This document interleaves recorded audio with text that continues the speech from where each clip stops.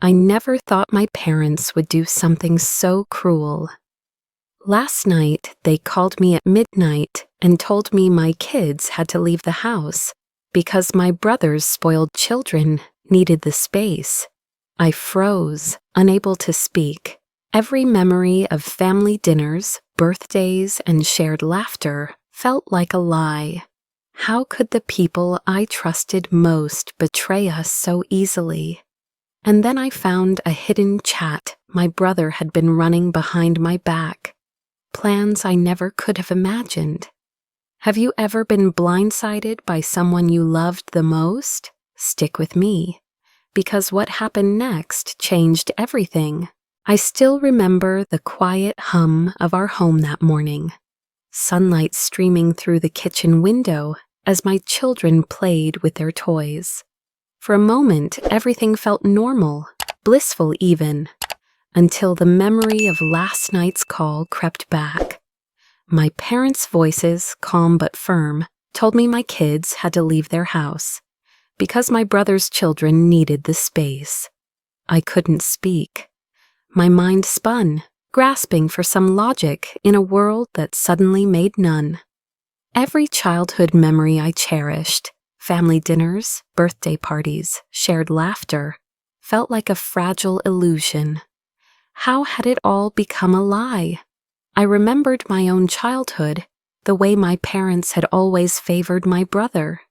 He could do no wrong, every misstep excused with a pat on the head or a whispered reassurance that he was special. And me? I learned early to become the adult in the room, to pick up invisible pieces, to soothe tempers, to keep the fragile family harmony intact. I was good at it, almost too good. I became the invisible caretaker, the one who held everything together while no one noticed the weight I carried. I had always assumed this loyalty, this endless giving, was love. Now I wasn't so sure. There were signs I had ignored for years, subtle enough to dismiss at the time. My parents' promises often rang hollow, a sweet nothing that evaporated as soon as I counted on it. The way they smiled more warmly at my brother, excused his mistakes while scrutinizing mine. Small, almost imperceptible acts of favoritism that eroded my confidence without me realizing it, and the occasional remarks meant to guide or advise, but leaving me questioning my judgment instead.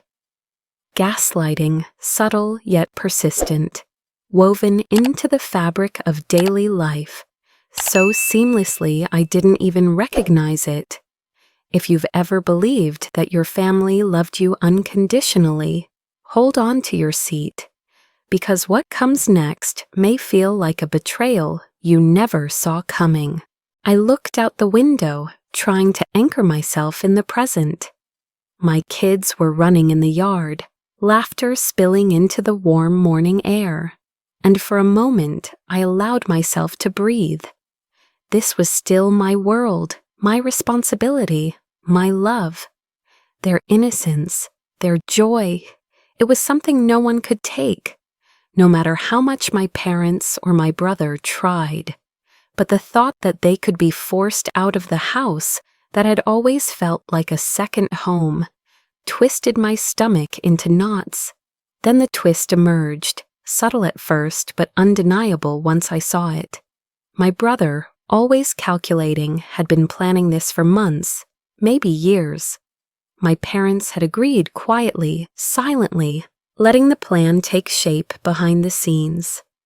It was meticulous in its cruelty, hidden in plain sight, leaving me unprepared for the blow.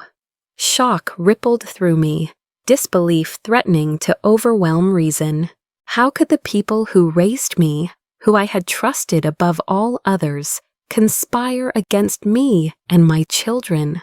I clenched my fists, taking a deep breath to steady the surge of anger that threatened to consume me.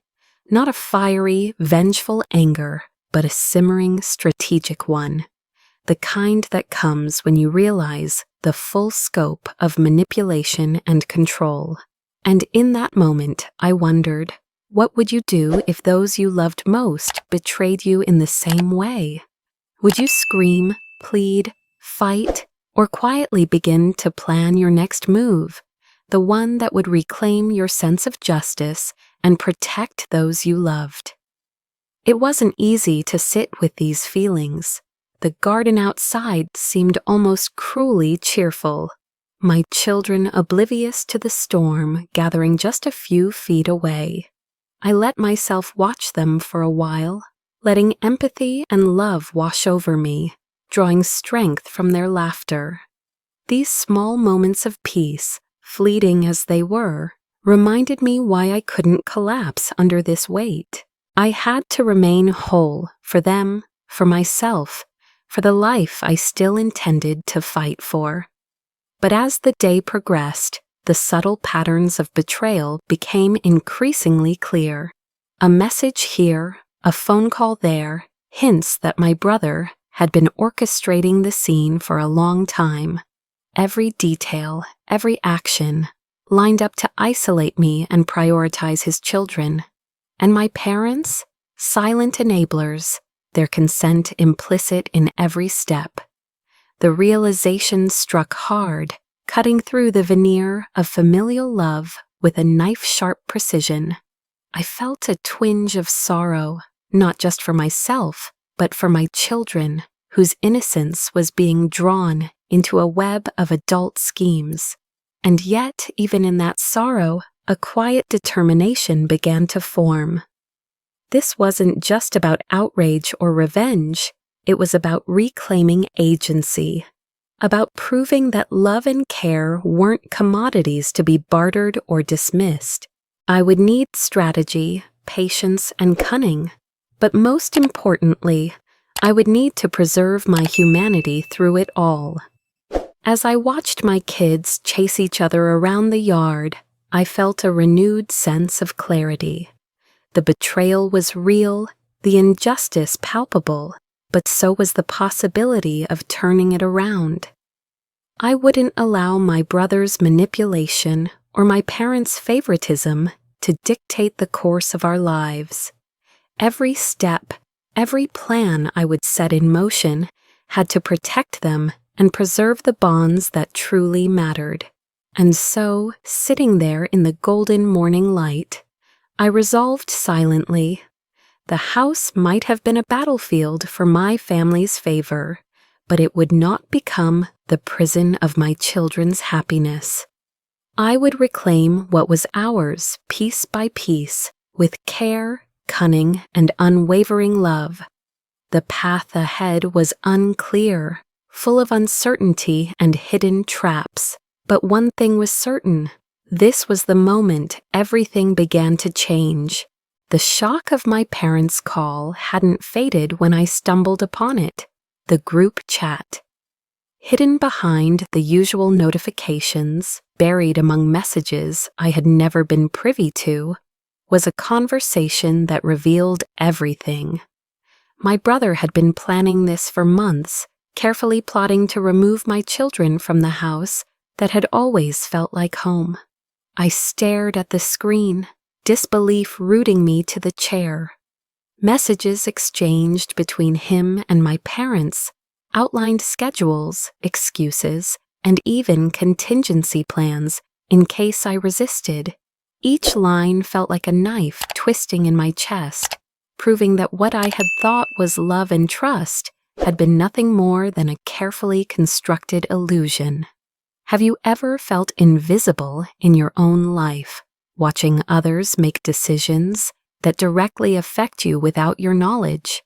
That was me, frozen, realizing that while I had been living in a bubble of assumed safety, my family had been orchestrating our exclusion behind my back. Hands trembling, my heartbeat racing like a drum in my ears, I sank into the couch and tried to steady myself.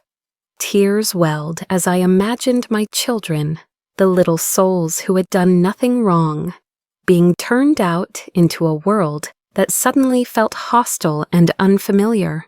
Yet even as the initial shock left me breathless, a strange clarity began to emerge.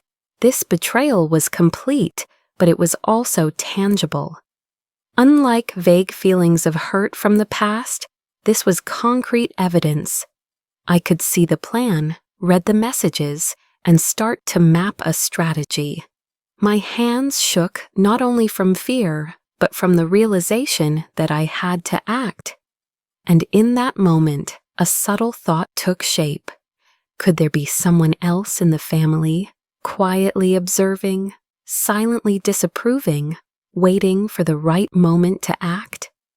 I pushed myself up and stepped into the sunlight streaming through the window. My children's laughter reached me from the backyard, grounding me. They were running and tumbling on the grass, chasing one another with the reckless joy only a child could have. I paused, inhaling deeply, letting their carefree energy fill me with a protective warmth. This wasn't just about anger or revenge. This was about preserving their world, ensuring that they would never feel the betrayal I had just endured. For a few moments, I allowed myself to forget the treachery and simply watch them play, letting empathy and love anchor me against the storm of emotions. But the reprieve was short-lived. I returned to the screen and scrutinized every detail of the chat again. Each plan, each assumption my brother had made, painted a clear picture of their expectations. It wasn't just a single act of cruelty. It was an ongoing, calculated effort to undermine me and assert control over my children's lives. The depth of manipulation left me momentarily paralyzed, but it also sparked a seed of determination. Fear and disbelief slowly gave way to anger, tempered by a cautious hope that perhaps this knowledge could be leveraged to reclaim some power. The first step was understanding the full scope of the plan. I spent hours going through messages, noting inconsistencies, and identifying weak points in their assumptions. Every time a message revealed a careless oversight, I felt a flicker of hope. I realized that even the most meticulously laid plans could falter, and that information was my most potent weapon. As my mind raced, I started to see patterns, times, excuses, and even alliances that my brother had assumed were secure. With each discovery, I felt more like a strategist than a victim, but I reminded myself constantly to preserve my humanity. This wasn't about turning into someone unrecognizable. It was about protecting my children and reclaiming what had been taken. As evening approached, I gathered a small notebook and began documenting everything. Conversations, financial records, and small but telling incidents all found their place.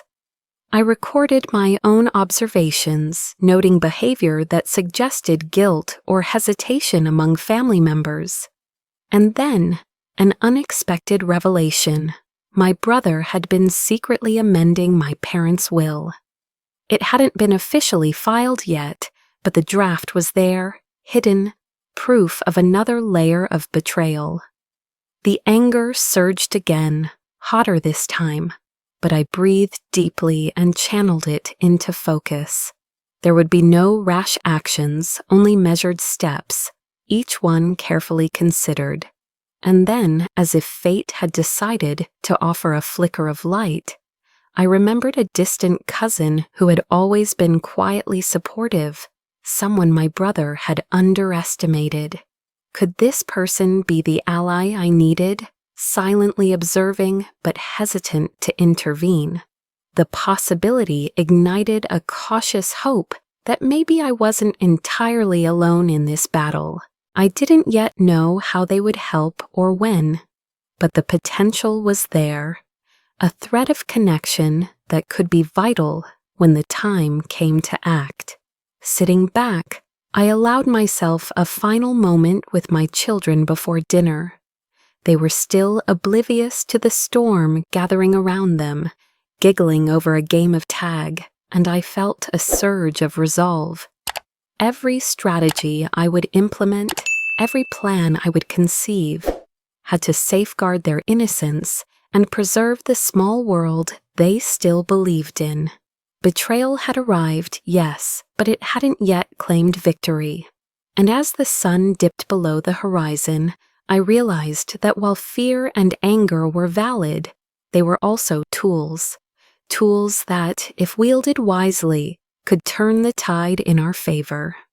I closed my notebook, feeling a fragile mixture of exhaustion and determination.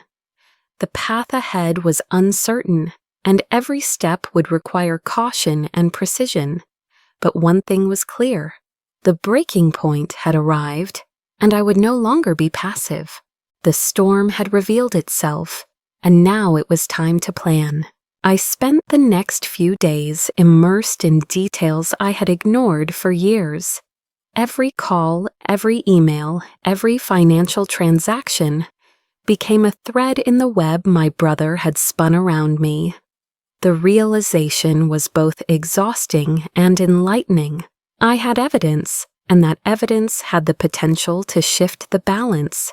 It was tedious work combing through accounts and archived messages, but I couldn't afford to overlook a single clue. Every overlooked detail could be a missing piece in the strategy that would eventually protect my children and reveal the truth. The first twist came unexpectedly. As I reviewed emails my brother had sent to extended family members, I noticed subtle efforts to undermine me. Innocuous-sounding comments carefully crafted to sow doubt and paint me as unreasonable, manipulative, or unfit to manage my children's needs. It was insidious, almost elegant in its cruelty. My heart sank as I realized he had been damaging my reputation while I was fighting the immediate battles, unaware of the secondary war raging quietly in the background. I felt a surge of anger, tempered by the calm determination it cultivated since discovering the group chat. This wasn't just betrayal, it was sabotage.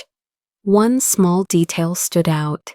A single message that contradicted everything else he had claimed. It seemed trivial at first, a casual complaint about a mismanaged chore, but upon closer inspection, it revealed a pattern of false narratives he had been feeding the family. A tiny thread, seemingly inconsequential, yet it held the potential to unravel months of deception. I leaned back in my chair and whispered to myself, a small clue, but it could flip the entire board. The micro cliffhanger wasn't for anyone else, but for me, it kept my mind racing, turning fear into actionable focus. Even as I sifted through this maze of manipulation, I allowed myself moments of reprieve. Sitting on the floor of my living room, I watched my children play with building blocks. Their concentration, their joy, their complete lack of awareness about the adult schemes swirling around them reminded me of why I was doing this. I opened one of my son's journals, reading the innocent musings and sketches, and felt a surge of protective resolve. These small lives, so trusting and pure, were the reason I could not falter. Each page reminded me that my fight wasn't just about exposing betrayal, it was about safeguarding love and innocence. With evidence steadily accumulating, I realized I needed allies. The problem wasn't just gathering proof, it was ensuring I could use it effectively. I reached out to a lawyer who specialized in family disputes, a therapist who could help navigate the emotional minefield, and a financial advisor to map out the patterns of manipulation. Each professional provided insight I hadn't considered, helping me transform raw information into strategic power. Their guidance didn't just clarify the steps I needed to take, it also reinforced my confidence showing me that I wasn't alone in planning a careful, calculated response. Then came a surprise from within the family. An aunt who had always seemed distant, uninvolved in the day-to-day drama, approached me quietly. She revealed that she had noticed the subtle signs of my brother's plotting, but had hesitated to speak up, fearing backlash. Her support was a warm beacon amid the chaos, a reminder that even in the darkest situations, allies could appear where least expected. With her insight, I was able to confirm suspicions I had only guessed at, connecting pieces that previously seemed isolated. Even more unexpectedly, a flying monkey, someone my brother had assumed completely loyal, chose to reveal critical information. This person, long caught in the web of manipulation, had decided that the truth needed to be shared. Their disclosure provided details I could never have discovered on my own. Hidden transactions, messages erased but hinted at, and plans for my children that could have harmed them. The feeling was surreal, almost too fortunate, yet I knew the world rarely offered such clean revelations. I felt cautious hope rising within me, tempered by the understanding that the path ahead would still require meticulous planning. Throughout this process, I maintained a delicate balance between analysis and emotion. Too much immersion in strategy could make me cold and unfeeling. Too much emotion could cloud judgment. Watching my children, reviewing their journals, and feeling their small hands clutch mine reminded me to temper strategy with love. Cautious hope became the guiding principle. I had proof, allies, and emerging clarity, but the final execution of the plan would demand precision, patience, and unwavering empathy. Every discovery, every confirmation of betrayal only reinforced my resolve. My brother's hidden schemes, the subtle manipulations, the attempts to isolate me, they all became fuel for the careful strategy I was constructing. And yet, for the first time, I sensed that this wasn't just about responding to wrongdoing. It was about reshaping the dynamics of my family, to ensure that truth, integrity, and protection for my children prevailed. By the end of the week, I had amassed a significant body of evidence. Digital records, financial statements, communications, and corroborating accounts from unexpected allies formed a network that could not be easily ignored. The storm my brother had orchestrated was now mapped, documented, and poised for confrontation. I felt a rare combination of exhaustion and empowerment. The emotional weight was heavy, but the clarity of purpose was sharper than ever. I closed my laptop, listening to the soft chatter of my children from the next room, and allowed myself a fleeting smile. Amid chaos, betrayal, and hidden schemes, there was warmth and hope. The strategy was forming, alliances were solidifying, and the path forward, though perilous, was now visible. My cautious hope had transformed into quiet determination, the kind that prepared me to navigate the treacherous waters ahead. One thing was certain: I was no longer simply a victim, and the game had shifted in ways my brother and parents could never anticipate. I arrived at my brother's birthday party with a calm that felt almost unnatural. The house was buzzing with family chatter, the clinking of glasses, and laughter that masked tensions only I fully understood. I clutched my folder tightly, containing every piece of evidence I had painstakingly collected over weeks. Every call, email, financial irregularity, and hidden message was meticulously organized, ready to be revealed. Timing had to be perfect. One wrong move, one hint of impatience, and the entire plan could collapse. The party unfolded with the usual pleasantries. My brother smiled, completely unaware of the storm about to hit him. My parents circulated, greeting relatives and attempting to maintain appearances of harmony. I followed their lead, exchanging polite words while inside, adrenaline surged. I reminded myself to breathe, to observe, and to wait for the exact moment when the impact would be maximized. Have you ever stood on the edge, knowing that the smallest action could change everything, yet forced yourself to smile at the very people who betrayed you? That was me, balancing fear, anticipation, and purpose with every step. I began strategically, letting small observations loosen the ground beneath their confidence. Casual remarks about past events, stories of generosity, hints of their favoritism, all planted subtly among the guests. Their reactions, slight shifts in posture, a tightening jaw, or a flicker of guilt were the quiet confirmation I needed. The truth would not stay hidden much longer. And then, just as planned, a flying monkey who had once supported my brother stepped forward, revealing a critical inconsistency in his narrative to a small group of cousins and aunts. It was a spark, a single statement that turned whispered doubts into a ripple of awareness. I moved with precision, presenting the evidence calmly but firmly. Screenshots of chats, excerpts of emails, and financial documents that had once seemed like tedious tasks now became the instruments of accountability. The reactions around me were immediate: shock, disbelief, and the subtle shuffling of feet as family members processed the depth of betrayal. My parents attempted to cover, offering explanations and excuses, but the truth had already begun to unravel. Every lie they had told, every manipulation they had orchestrated, was exposed in the light of careful preparation. The adrenaline coursing through me was tempered by empathy.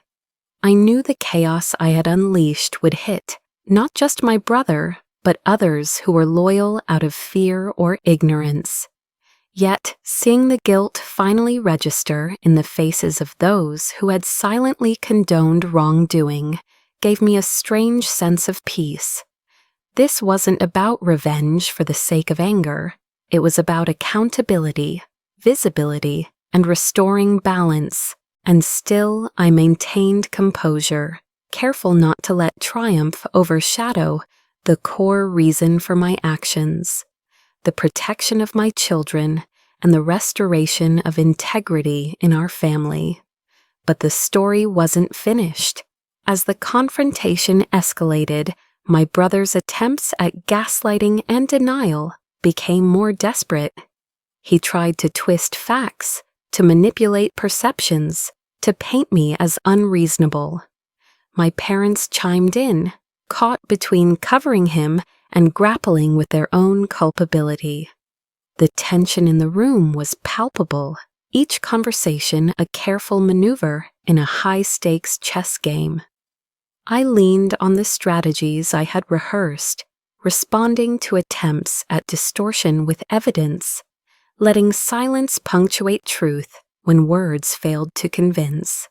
The community of relatives began to shift subtly.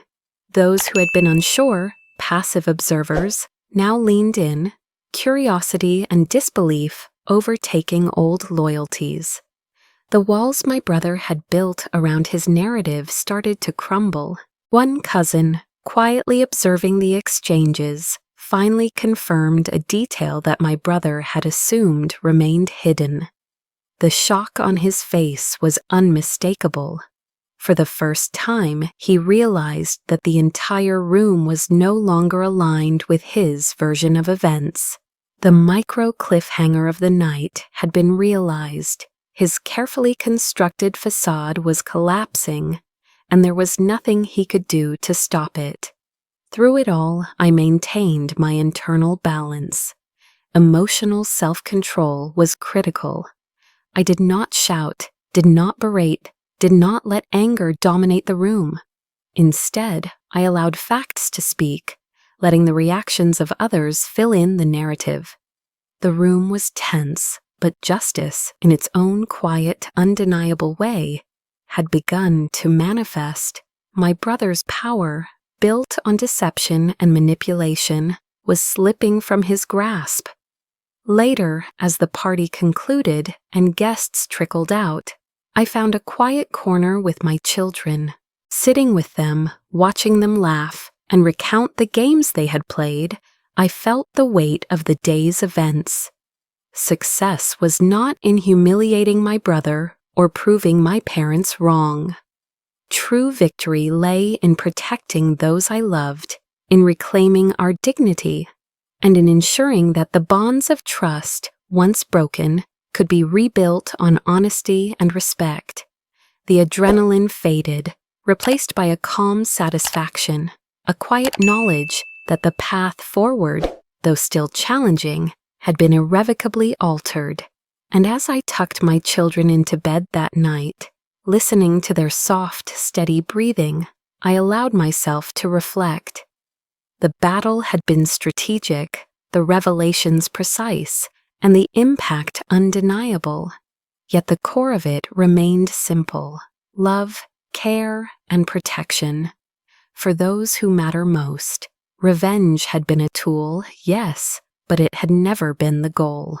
The real victory was integrity, the restoration of safety, and the knowledge that no deception, no favoritism, no hidden agenda could ever strip that from us again. The aftermath of the birthday confrontation unfolded in ways I had anticipated, and yet in ways that surprised me. My brother's carefully constructed image of control and superiority began to crumble, and with it, the authority my parents had long assumed over our family dynamics. Whispers traveled quickly through relatives, and soon the once quiet disdain and favoritism were replaced with awkward glances, hesitant questions, and a subtle shift in loyalty. Reputation, fragile as glass, shattered under the weight of truth, leaving my brother exposed to scrutiny and judgment he had never imagined.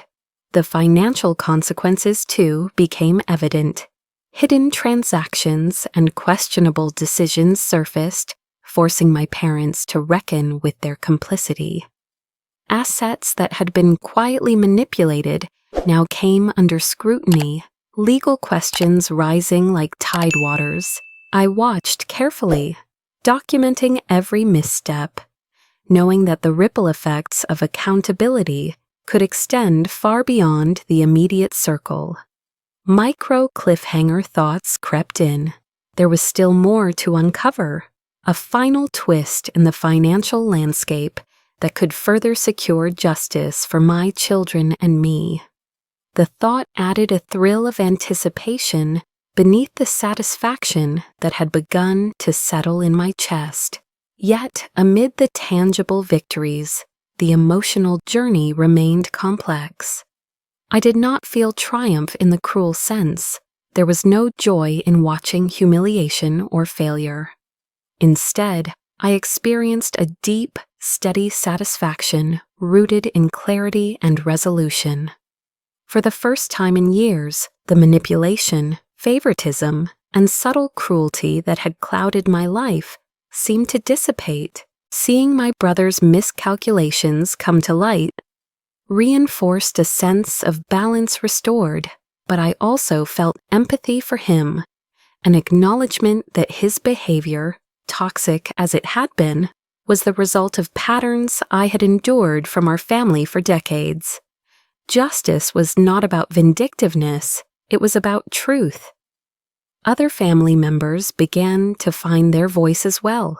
Cousins, aunts, and uncles who had long felt powerless to challenge the unfair hierarchy started to speak, to question, and to assert boundaries of their own. I observed these shifts quietly, realizing that the actions I had taken had provided a model, a roadmap for asserting integrity in a system that had previously rewarded silence and complicity. The ripple effect was subtle yet powerful, reminding me that the consequences of exposing manipulation extend beyond the individual. By standing firm, I had indirectly empowered others to reclaim their agency. There was one particularly unexpected development. A distant cousin, whom I had never imagined as an ally, approached me quietly during a family gathering. She had witnessed patterns similar to mine, patterns that had caused pain in her household for years. With careful discretion, she offered support, sharing documents and insights that strengthened the case I had begun to build. This twist reinforced a lesson I had learned through the ordeal. Allies often appear where least expected, and their contributions can reshape the landscape in ways one cannot predict. Cautious hope merged with strategic patience, forming a foundation that felt both solid and empowering. Through it all, I remained mindful of my children. Their innocence, laughter, and unwavering trust were the anchors that kept my actions grounded. Every strategic decision, every revelation, and every confrontation was filtered through the lens of protection and care. The satisfaction I felt was intertwined with empathy, ensuring that the emotional tone of our victories did not strip us of humanity or warmth. I did not want my children to grow up believing that power and control were the ultimate measures of success. I wanted them to understand that integrity, resilience, and compassion mattered far more. As weeks passed, my parents and brother continued to experience the social and personal consequences of their actions. Invitations diminished, subtle criticisms circulated, and once loyal supporters quietly withdrew. The world they had carefully curated around themselves had begun to shift, revealing the fragility of influence built on deception. Yet, amidst these developments, I maintained composure, observing each reaction as data to guide my ongoing strategy. The victories were tangible, but they were also tempered with the understanding that human relationships are complex and restoration of fairness often unfolds over time. Beyond these external consequences, I discovered a deeper form of satisfaction. True victory was not rooted in seeing others fail, but in reclaiming my life and my sense of self. I established boundaries that were clear, firm, and non-negotiable. Financial independence, emotional resilience, and a renewed sense of authority over my household became the pillars of a life rebuilt on honesty and care. Self-respect, once eroded by years of manipulation and subtle abuse, was now firmly restored. The empowerment I experienced was quiet, internal, and enduring, rather than loud or vindictive. Even more unexpectedly, some family members began to shift their perspectives. Individuals who had once been passive or complicit now offered support, creating a network of allies I had not anticipated. Their presence reinforced a critical realization. Family dynamics, while often challenging, can be reshaped through courage, strategy, and adherence to one's principles. The hidden structures of influence and manipulation, once opaque and intimidating, became navigable when approached with clarity, preparation, and empathy.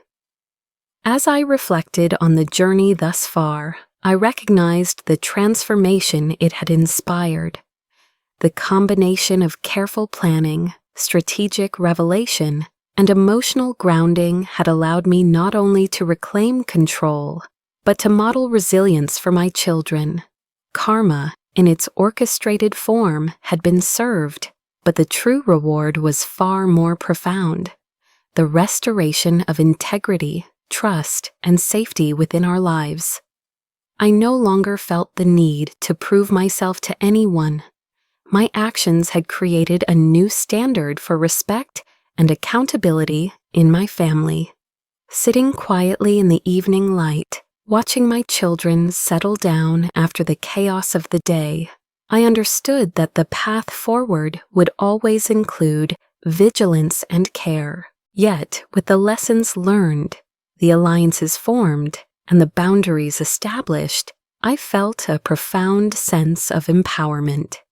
My children were safe, my family dynamics were being recalibrated, and the world I had once feared could betray us now existed as a space I could navigate with confidence and love.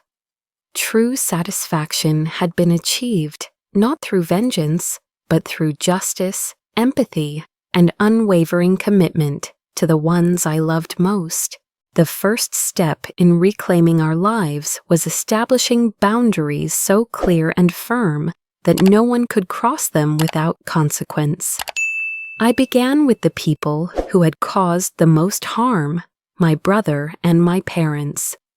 Contact was limited to only what was necessary, and even then, it was measured and controlled.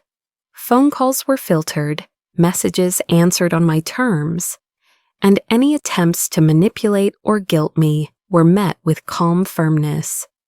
I realized that protecting my emotional space was as crucial as protecting my children, and I committed to ensuring neither could be violated again. Digital boundaries became just as important. Social media was adjusted to prioritize our safety and mental health. I curated what my children could see and what information remained private. Professional relationships were also fortified. Work communications were monitored carefully to prevent any outside influence or family drama from spilling into my career. Even the physical layout of our home was redesigned to create safe spaces for my children to feel secure and for me to reclaim moments of peace and reflection. Emotional boundaries were perhaps the most vital. I had to learn to separate their manipulations from my sense of self-worth. Sitting with my children one evening, watching them build towers from blocks and laugh at their own clumsiness, I felt the first real sense of freedom in years. Their joy was untainted, untouched by the web of deceit and favoritism that had once threatened to overwhelm us, and yet a micro cliffhanger lingered in my mind. This new life, while protective and empowering, would also bring unexpected challenges, new opportunities that would test our resolve in ways we hadn't imagined. I couldn't predict everything, but I could prepare for it with clarity and courage. With boundaries firmly in place, I began reinvesting energy into life itself. Time once consumed by worry and navigating family politics was now dedicated to personal growth, professional development, and nurturing my children's talents and interests. Financial resources were managed carefully, redirected to secure our stability and future. Every decision was informed by the lessons I had learned. Trust was earned, not given blindly. Power was not to be abused. Love was to be nurtured thoughtfully. The freedom to make these choices was intoxicating yet grounding, reminding me of the strength that comes from taking control of one's own life. I also sought to build relationships that were healthy and supportive. Friends who truly cared, mentors who offered guidance without judgment, and a chosen family who understood and respected our boundaries became central to our lives. These relationships were nurtured with intention, creating a network of support that reinforced our resilience.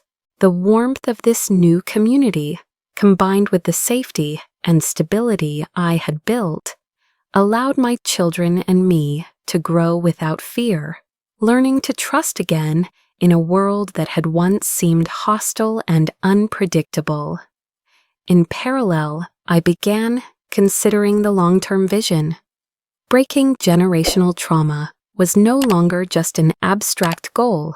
It became a daily practice.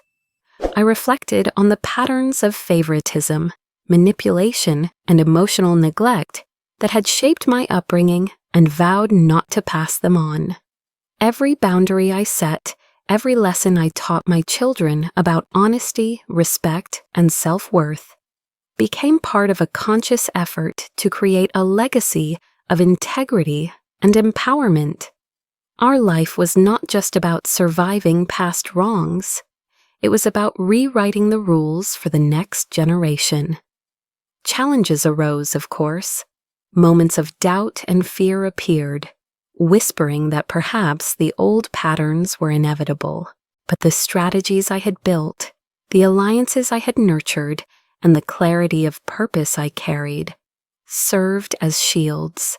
Every challenge became an opportunity to reaffirm the life we had chosen. Each obstacle was met with preparation, reflection, and love, ensuring that our response was measured and true to the principles I had fought to reclaim. Empowerment, I realized, was not a single moment of victory, but a continuous state of awareness, decision-making, and self-respect. It required vigilance, yes, but also joy and curiosity. I encouraged my children to explore, to ask questions, and to develop their own judgment. In doing so, I was not only protecting them, but teaching them the skills to navigate a complex world, to recognize manipulation, and to prioritize their own well-being without guilt or fear. As I reflected on the journey, from the betrayal that had once threatened to undo us to the careful, deliberate strategies that had restored balance, I felt a profound sense of hope. The path had been arduous, filled with deception, manipulation, and heartbreak, but it had led to empowerment, clarity, and an unprecedented sense of freedom. We had survived, yes, but more importantly, we had learned to thrive. And so, as I watched my children fall asleep, their soft breathing steady and peaceful, I felt the full weight of what had been achieved.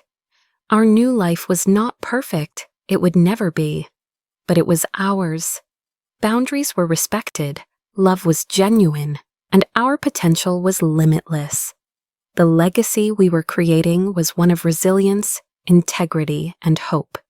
Every lesson, every moment of courage and reflection had culminated in this realization. True freedom and empowerment come not from retaliation or dominance, but from love, clarity, and the unwavering commitment to protect and nurture what truly matters.